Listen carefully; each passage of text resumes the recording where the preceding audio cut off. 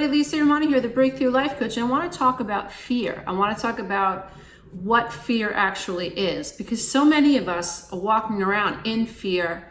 We have social anxiety, we have, just common fears like we're just nervous about how to speak, we're nervous about who we are, we're nervous about going for a job, we're afraid of what this one says, we're afraid of what that one says, we have all this what if thinking.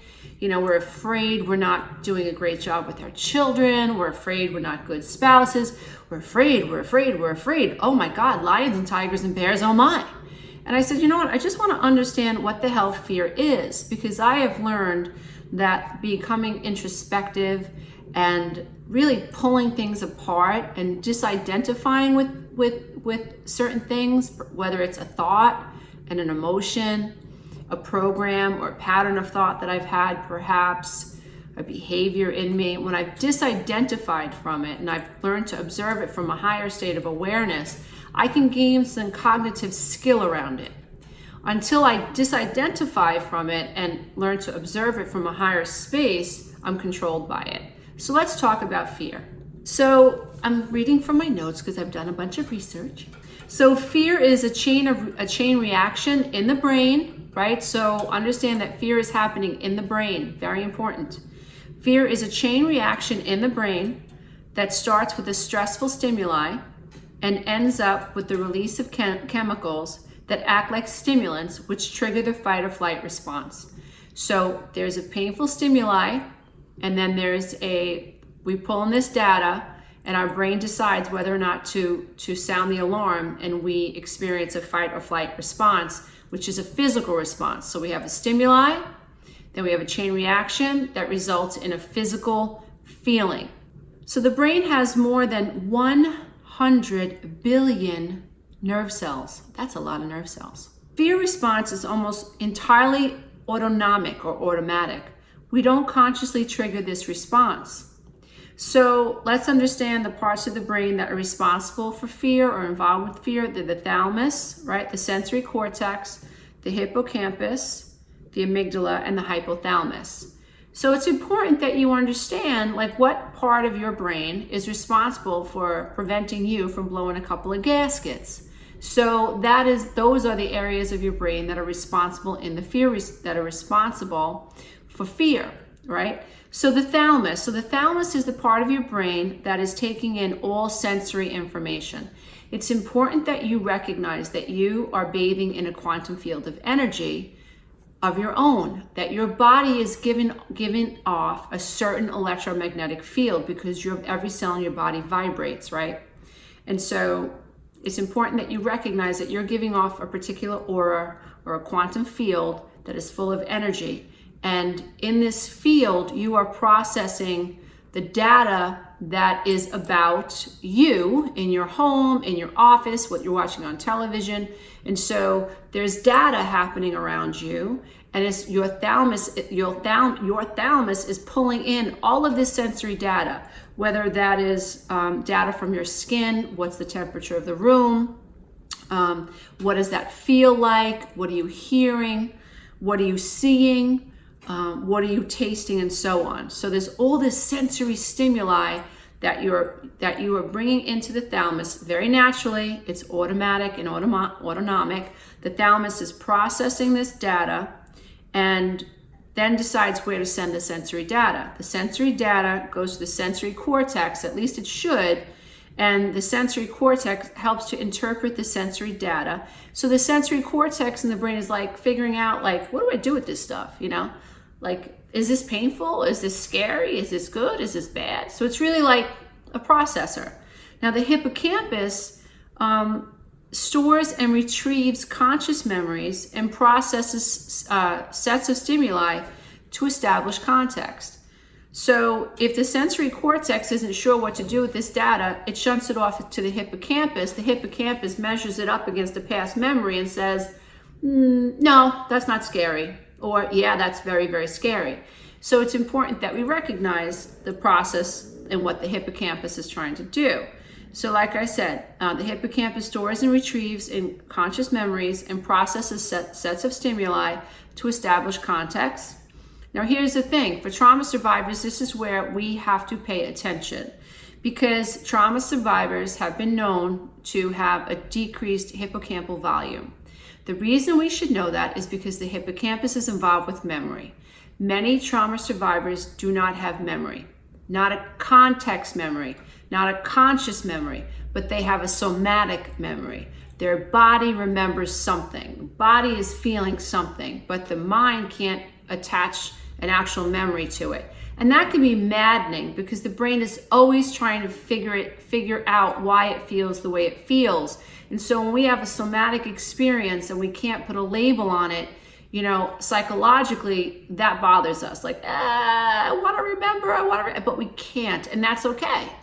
Learning to be okay with the fact that we might not be able to remember, and to surrender to that and to let it go, and be okay with life, and knowing that we may have a somatic heavy body experience, but we may not have a conscious or cognitive memory that we can attach to that experience, is something that some of us have to learn to understand and let go of, and it's not easy to do.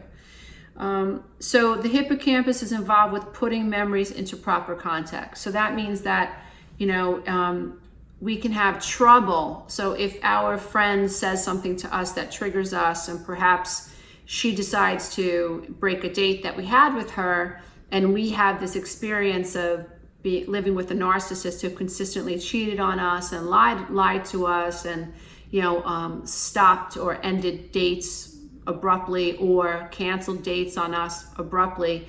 We have that stored memory in the hippocampus. So now when just make sure I get it right, the thalamus takes in this sensory information. Susie or whoever she is just canceled on me. This information goes to the sensory cortex. It gets shunted to the hippocampus. The hippocampus got to say, is this good or is this bad? Is this a threat? Is it not a threat? A lot's got to be decided. If we have trauma, we're going to struggle in that space. We're going to struggle not seeing Susan like we do the narcissist. We're going to struggle not reacting to this new situation the way we reacted to the old situation. And trauma survivors need to understand that. That's where our reactivity comes from. Now, the amygdala decodes emotion and determines the threat, and stores fear memories for faster retrieval. So it's important that we recognize that the amygdala, the brain will actually store a fearful memory for quick recall. When this reptilian brain was first created, it was awesome because there were saber-toothed tigers and there were threats to our survival.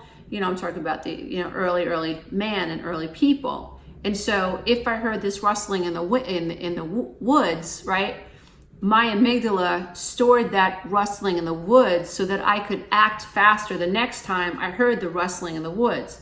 So fear is not a bad thing. We've just got to learn to look at it, pull it apart, and understand it so it doesn't consume us, right? It's very important.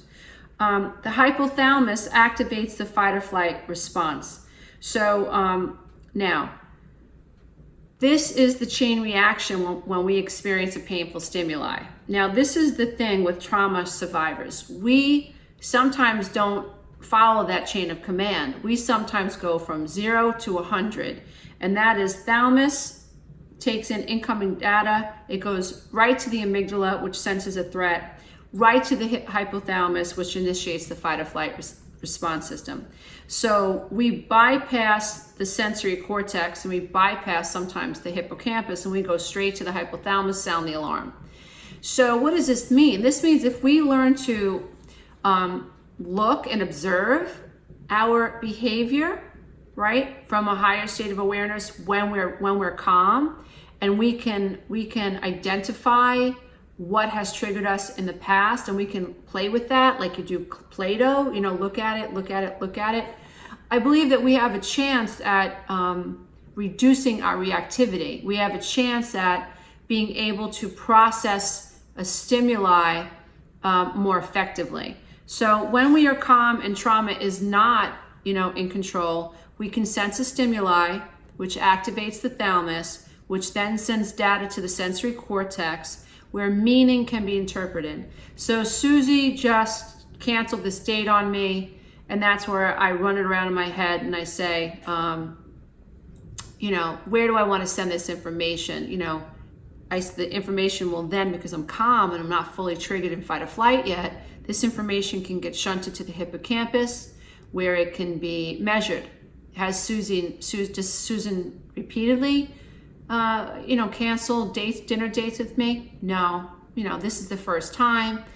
Susan is not my ex-narcissist. Susan is not my mother. She's actually a good friend. She's always been there for me. She remembers my birthday. Oh, you know what? So she canceled this time, even though, this is a pet peeve of mine. I'm not going to treat Susan like she's my ex-narcissist. I know that she's not. So suddenly there's more context in related to this painful stimuli, right? So it goes to the hippocampus. And then if the hippocampus determines there is no fear, it sends this new observed and new context info to the amygdala, and thus the amygdala decides that there is no threat. Then the amygdala tells the hypothalamus to turn off the fight or flight system. Relax, she is not the enemy. So both pathways need to get to the hypothalamus, which is our ancient brain. So it's important that those of us trauma survivors are going from 0 to 100, and that's not our fault, but there is a better way, and there is a way to slow this down, and there is a way to get a better handle on painful stimuli. And I think talking about what fear is, recognizing our pattern, understanding that there is this thing called, the sensory cortex that we can learn to appreciate more. We can learn to understand the hippocampus more.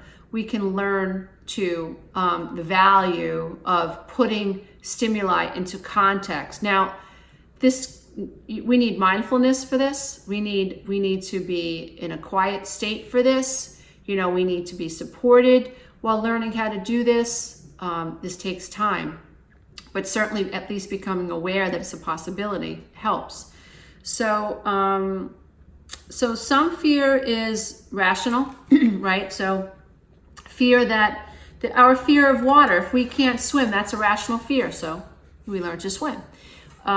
It's said that a lot of, people naturally fear snakes, and that makes sense. If you think about the early man, he was roaming around in the forest and the jungle, and snakes were definitely a threat to, survival. So it makes sense that biologically and genetically, a lot of human beings can fear snakes, but there are people who don't, right? So then we have fear. We have to appreciate that there's natural fear, and we have to understand that fear actually helps us survive, right? So if we're walking down a street and it's late at night, especially if you're a female, really anybody, you naturally know not to walk down a dark alley. It just doesn't make sense to, right? It goes against our need to survive. Like, there's an unknown there, There are people who have damage to the amygdala and damage to the hippocampus where they have no fear, and that's a very dangerous thing. Fear is a good thing because it helps keep us safe. But we have to understand as trauma survivors is that we are a quantum field of energy, and we are consistently being bombarded with stimuli from the environment that the thalamus has to process, right? All day, every day, we're processing data. We are radio receivers, right? And radio transmitters. And so there's painful stimuli from the outside, but trauma survivors, those of us who have grown up with narcissistic parents, those of us who have been abused by people who have very high narcissistic traits, who are sadistic, who enjoy hurting other people, who lack empathy, whose own brains may even be, defective. There's studies that suggest that MRIs are suggesting that people with NPD, narcissistic personality disorder, the area of the brain responsible for empathy is smaller than those who do not have narcissistic personality disorder, which is a very scary freaking thought, because that means that there are people on this planet that cannot feel what other people feel. And that's a threat to survival, because to survive, we need one another. It's a tribal instinct. We have to feel like we belong to a tribe, right?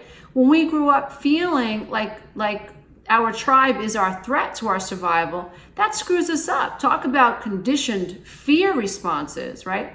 When you are conditioned to fear your mother, or conditioned to fear your sister or your father, this is terrible. This is an absolute threat to our survival. Physically, psychologically, spiritually, mentally, you name it. Feeling rejected and having an attachment trauma from the people who's supposed to nurture you, holy crap, that screws with your amygdala, I'll tell you that, right? And so trauma survivors have to expect, understand, respect, and honor that it is not the brain's fault that it has downloaded certain fear responses. It's not the brain's fault. The brain is just trying to do one thing, and that is keep your divine ass safe. That's what the brain is trying to do. And so understanding that trauma survivors have particular internal stimuli, it's there. Our amygdala, our hippocampus, it's there. We've been conditioned to fear certain things. We fear people talking about us. We fear being disliked. We fear being abandoned. We fear not being good enough. We fear people talking about us. We fear being seen as evil. We fear people think that we're too much, that we're too sensitive. We fear that everything's our fault. We just fear that we are inept. And unfortunately, many of us feel this fear because that was our experience. We have never felt enough. We have never felt a part of a clan. We feel separate from our clan. And when we grow up feeling separate from our clan, this is absolutely a threat to our survival. So you bet your ass when Susie cancels a date with us that we've had for months, that can trigger many of us, and that can make us feel like our survival is threatened because we've let Susie in, we've trusted her, just like we trusted our parents who hurt us. So there we have, the hippocampus has to measure up the present experience with the past experience and determine whether or not Susie is a threat to our survival. That being said, that means that on a physical level, on a somatic level, we can feel the fight or flight response can get triggered, and we can feel like, oh my God, this is threatening. But at the same time, she really isn't a threat.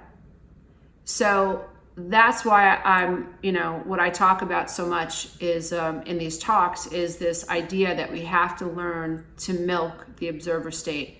We have to learn ways to just identify with what's happening and learn to observe it from a higher state of awareness, almost a neutral state, like I'm observing this reaction in my body, observing that this is a similar situation to what I experienced in the past. I'm observing that I have feelings for Susan, and I like her, and I thought she liked me, and I was trusting her. And this is very similar to the patterns that I experienced with my narcissistic sister or whatever. And so we're sizing the situations up from a higher state of awareness, and that is slowing down our response to the stimuli. So some of the things that we can do is, I think, just basic things. We have to understand that trauma survivors are very oftentimes we are in a constant state of fight or flight. So the brain is in a survival, it's a survival brain, and a survival brain it's a tough reality when you feel like you're in survival all the time, right? When we're in survival mode, blood is being shunted away from the center of our body, our heart space, our gastrointestinal system, our reproductive organs, and it's being shunted to our brain and to our extremities. And so it's important that we understand that organisms that are in a constant state of survival aren't in a state of thriving. But that's not the end of the story, because you're a conscious human being, and you get to decide the ending. You get to decide the next chapter. And information and knowledge will help you do that. And so common sense things. If we know that we're in an amped up state, we want to do what we can to slow us down. So we want to make sure that we're avoiding caffeine. We want to make sure that we're eating a balanced diet throughout the day. Me personally, I choose not to eat animals, not judging anybody who does, but I choose not to eat animals only because I don't want that energy in my body. You know, I know that fruits and grains and nuts and legumes and lentils and whatever, you know, fruits, vegetables, this is life force. So for me, I like to choose foods that are full of life and full of enzymes, natural enzymes that have, you know, greens they make their own food, you know, from the sun. I mean, it's just amazing. So common sense things to help our bodies work better. We reduce caffeine, we don't smoke, we avoid alcohol, and we make sure that our bodies are as clean as possible on a cellular level. We're trying to detox our body and make it work better and not feel so dank.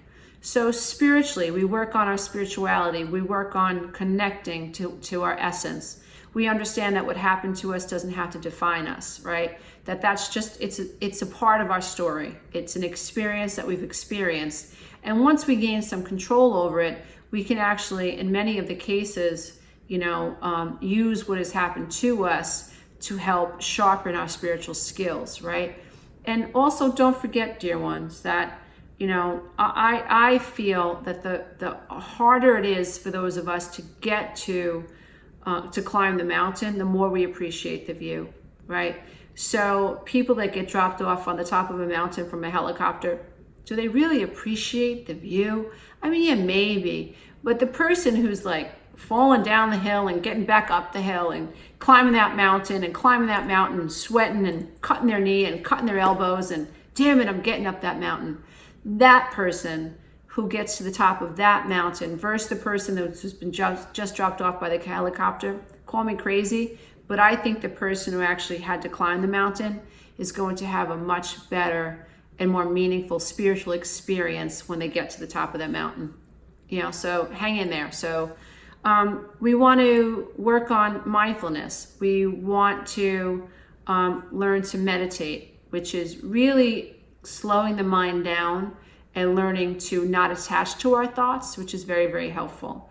And so exercising, right? So when we're in a constant state of survival, you know, it's like, it's for the same reason you don't keep your car on and idle it for 24 hours, your car would die, right? So the battery would blow out. So many dysfunctional things would happen to a car if you left the engine on indefinitely. The engine's supposed to move the car, right? It's supposed to be movement. So same thing with the body.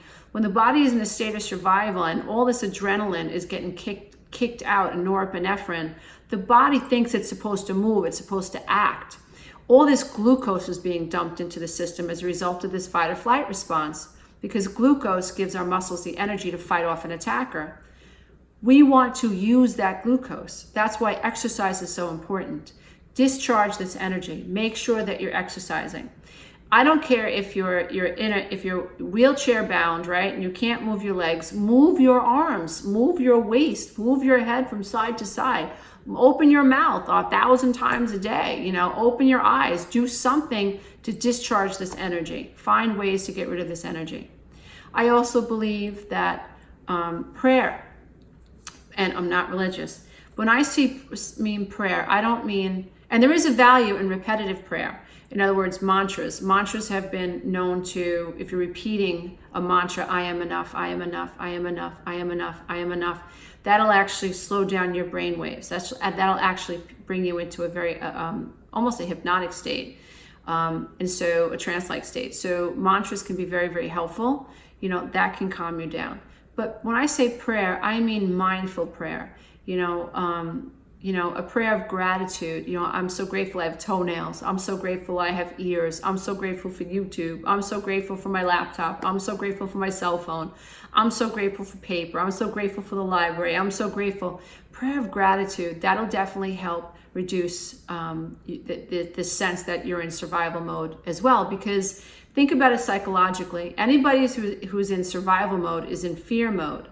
People who are grateful and practicing gratitude are reprogramming the brain out of survival mode, because people who are in survival, they're not saying, oh, thank you for the saber-toothed tiger that's on my ass. They're just, they're not. So survival is about fear. It's not about gratitude. So you want to reprogram your brain and help it come into a calmer state, a more mindful state, and the state of gratitude.